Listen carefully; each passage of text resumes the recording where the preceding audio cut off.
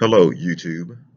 This is a discussion of the 47th President of the United States' alleged legal basis for confiscating the persons Nicolas Maduro and his wife from Venezuela to face judicial proceedings in United States federal court. Okay, so what I have presented now is the indictment that was released January 3rd, 2026. In the United States District Court, the Southern District of New York, and we can see United States of America versus several defendants, including Nicolas Maduro and his wife, Celia Flores de Maduro, and a couple of others. And so what we want to do is we want to just go down and start with this introduction.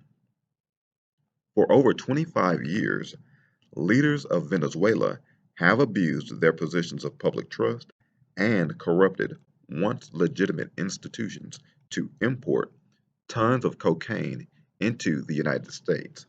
All right, so now we're going to have to stop right here at this first paragraph. All right, let's do something. Let's ask Google, what is import? Import. Import means bringing goods, services, or data from another country or system, essential in international trade for buying foreign products, but also implying meaning or importing data into software. Now, we can use this particular AI overview and establish that Venezuela cannot import goods into the United States because Venezuela does not bring let's say cocaine from some other country or system into the United States. Only the United States has the uh, authority or authorization or the ability to import anything into the United States. So the first paragraph of the indictment is already bogus. But let's do something different. Let's ask Google again, import in economics. Now, this particular definition is a little bit different, but still the same. In economics, an import is a good or service produced in one country and purchased by residents or business in another country. Now, again, now if we apply this particular definition to this first paragraph, for over 25 years, leaders of Venezuela have abused their positions of public trust importing tons of cocaine. So what this is saying is that people in the United States are buying cocaine from Venezuela.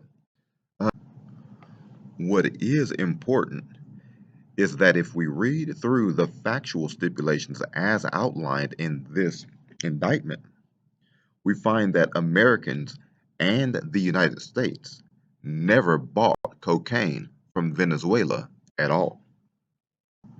All right, so let's scroll through a little bit. So Nicolas Maduro, the defendant, is at the forefront of the corruption and has partnered with his co-conspirators to use his illegally obtained authority. Sure. I want to get down to the actual claims that they made. All this right now, these paragraphs are the factual stipulations. Here are the defendants, again, more factual stipulations or allegations. The narco terrorist organizations working in partnership with the defendants share more factual stipulations or factual allegations.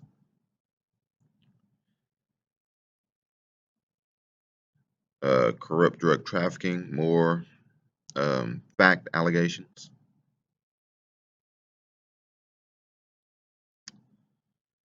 Overt acts, uh, more factual allegations. And let's go down. This is a long paragraph with subsections A through, let's see, say JK, L, M, N, O, P, Q, R, S. All right, now the actual allegations. The first count, narco terrorism conspiracy. From at least in or about 1999 up to and including in or about 2025. See, this is already clumsy. Such ridiculous wording and coming from the United States. In or about, in or about. That means you don't have your facts. in an offense begun and committed out of the jurisdiction of any particular state. The defendants conspired, confederated, and agreed together and with each other to violate Title 21 United States Code, Section 960A. All right, so here's the first count. Title 21 United States Code, Section 968. This is what we have to analyze. All right, and so I think I have these already pulled up or waiting to be analyzed. Here's 960, United States Code, 960A, Prohibited Acts.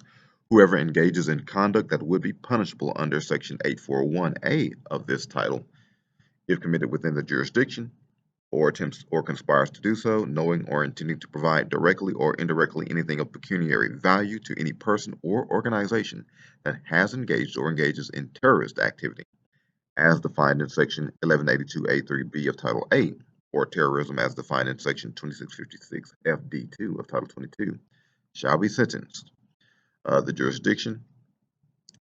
And so I want everybody to know that for this particular, these particular circumstances, in this case, the jurisdiction has allowed to cover, everybody on this globe, as long as the activity was in violation of the criminal law of the United States, and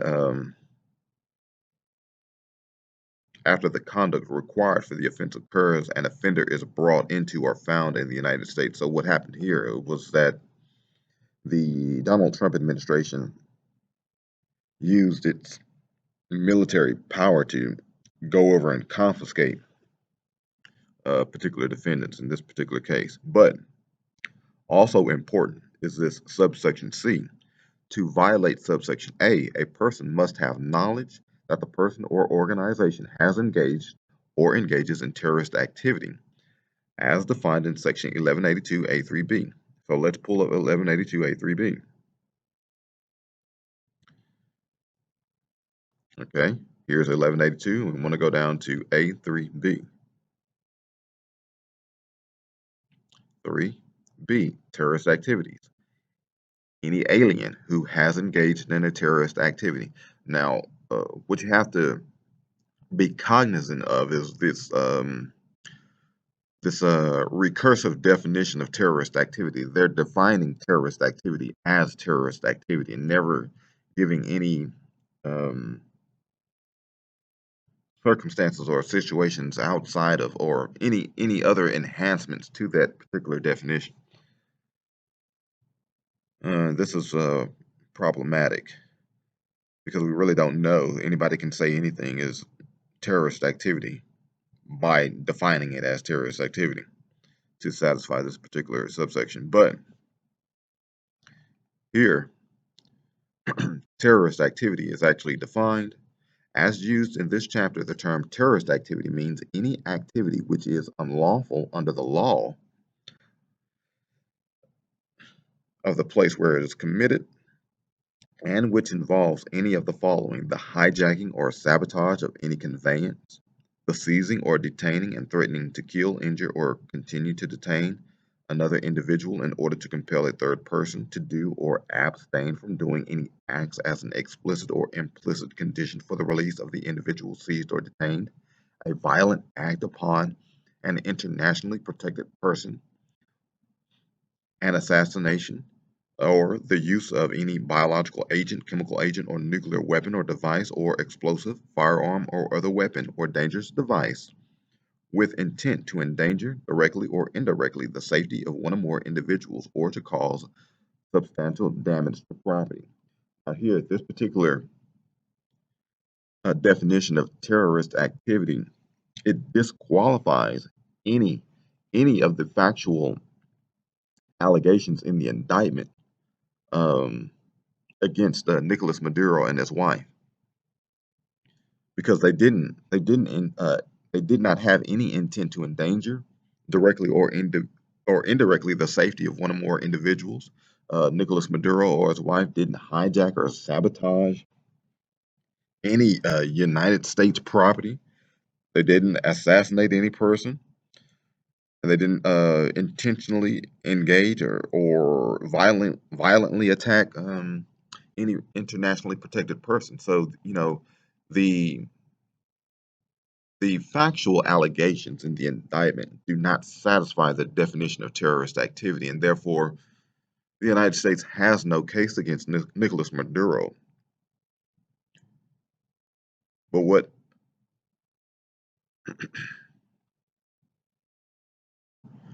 All right, now let's go over to United States Code 26 or Section 2656 FD. Let's see. I know I've got it pulled up down here. All right, 2656 F, and we want to go down to D. Definitions. As used in this section, the term international terrorism means terrorism involving citizens or the territory of one or more, more than one country, which under this particular indictment is not the case. As used in this section, the term terrorism means premeditated, politically motivated violence perpetrated against non-combatant targets by subnational groups or clandestine agents. The selling of drugs is not politically motivated violence. I would describe the selling of drugs as participating in the free market. The term terrorist group means any group practicing or which has significant subgroups which practice international terrorism. Again, the factual allegations as described in the indictment do not satisfy D3. The terms territory, the terms terrorist sanctuary, sanctuary means the government.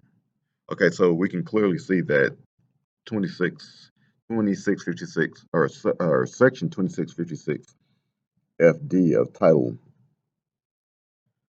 22 of the United States Code does not apply to the factual allegations as alleged in the indictment. All right, so let's go back to this particular indictment. And so what this indictment is claiming is that all the defendants intentionally and knowingly combined, conspired, confederated, and agreed together and with each other to violate Title 21 United States Code 960. But to have violated that code, all the defendants must have violated Section 1182 A3B or 2656 D2 of Title 22. But so we can easily conclude from these factual stipulations and in consideration of the law, since there was no politically motivated violence, no assassinations, no hijacking or sabotage, these particular defendants cannot be found guilty, of these of the violation of Title 21. So what I want to do is I want to ask YouTube and YouTube's viewers to, if they've watched this video, if they've clicked on this video and listened to me, I want you to leave me a comment down in the comment section, and I'll continue my analysis in another video. Thank you.